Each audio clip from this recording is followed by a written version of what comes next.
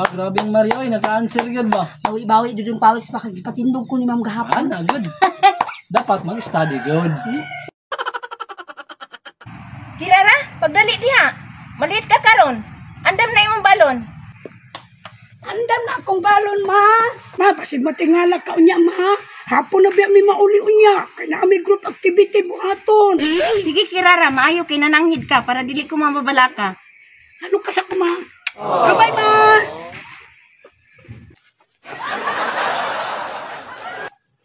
May ni si Kirara ba kay mananghid jud, labi nagmagdugay og uli. Nagtarong gid siya pag-eskwela. Excited na kain ko pa maligog dagat pa. May gani ka na patuon ako si mama ba? Clear, nagbalon ka diha. Ako nagbalon ba ako? Oo, nagbalon ko. Uy, kailangan excited na kayo maligo dagat. Ganit no, mga ligo dyan yung dagat. Pero Maria, nakabuhat kag assignment. Oo, nagbuhat kog assignment. Uy, kay, siyempre, nakaplano na biya daal no, kay mga ligo tag dagat. Punta no, mahumandayon si Ma'am Ukrasi no. Gani no. Tara, magdalik ta. Bella, dali lang muna ko itugway ha, kay daghang kay mong masabsab na sagbot. Maligo, malimig dagat karon. Unyang hapon na kamo balikon ha. Dili sa ko dala.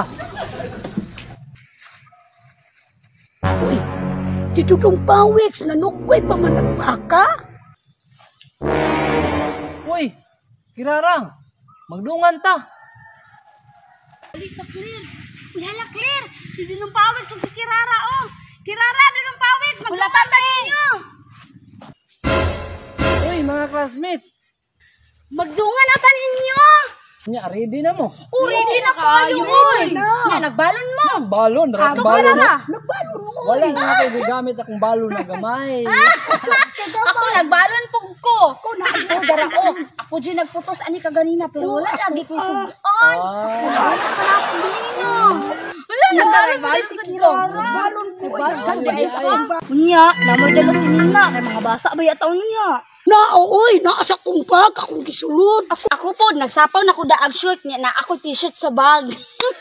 Talaga ikaw Dudong Pawix, nagdala kag sa Nina. Murag mo kay dalang sa Nina kay gamay mo kay na imong bag. kabalaan makaskuha Maria. Nagsaplaw taon ko, tanawa oh.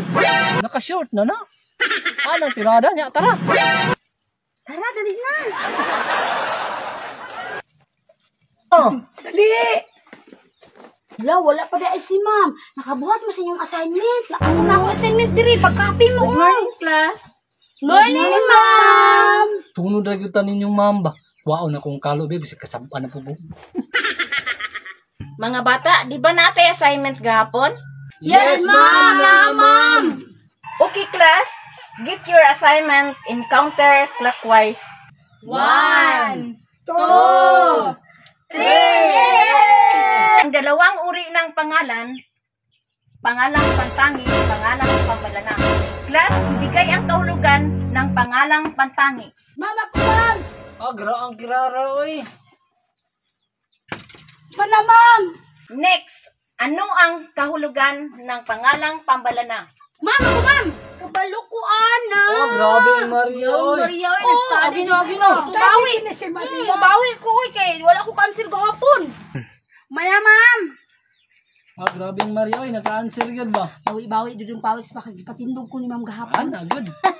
Dapat mag-study good. Maria, nanagay sa pamilya mag-study. Ito pang tanong ni ma'am, makatubag, Jud. Gani, no. Kani! Ayaw, Jud. Jud! Jud. Kam gani, magka-cancel gahapon. Pareha mo gani ta. Ang gani sa Ayaw, laban, lagi mo atuan pagtabi, ko, ano diba? dula?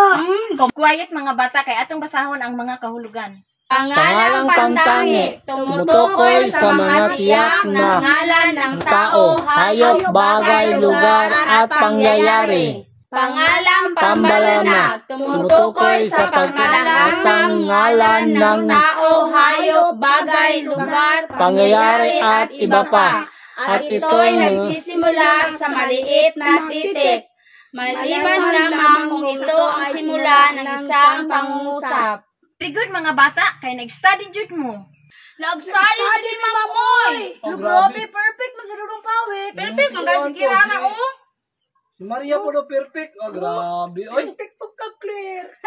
Ugma mga bata, pagdala mo og silhig, kay mubo na ang atong silhig.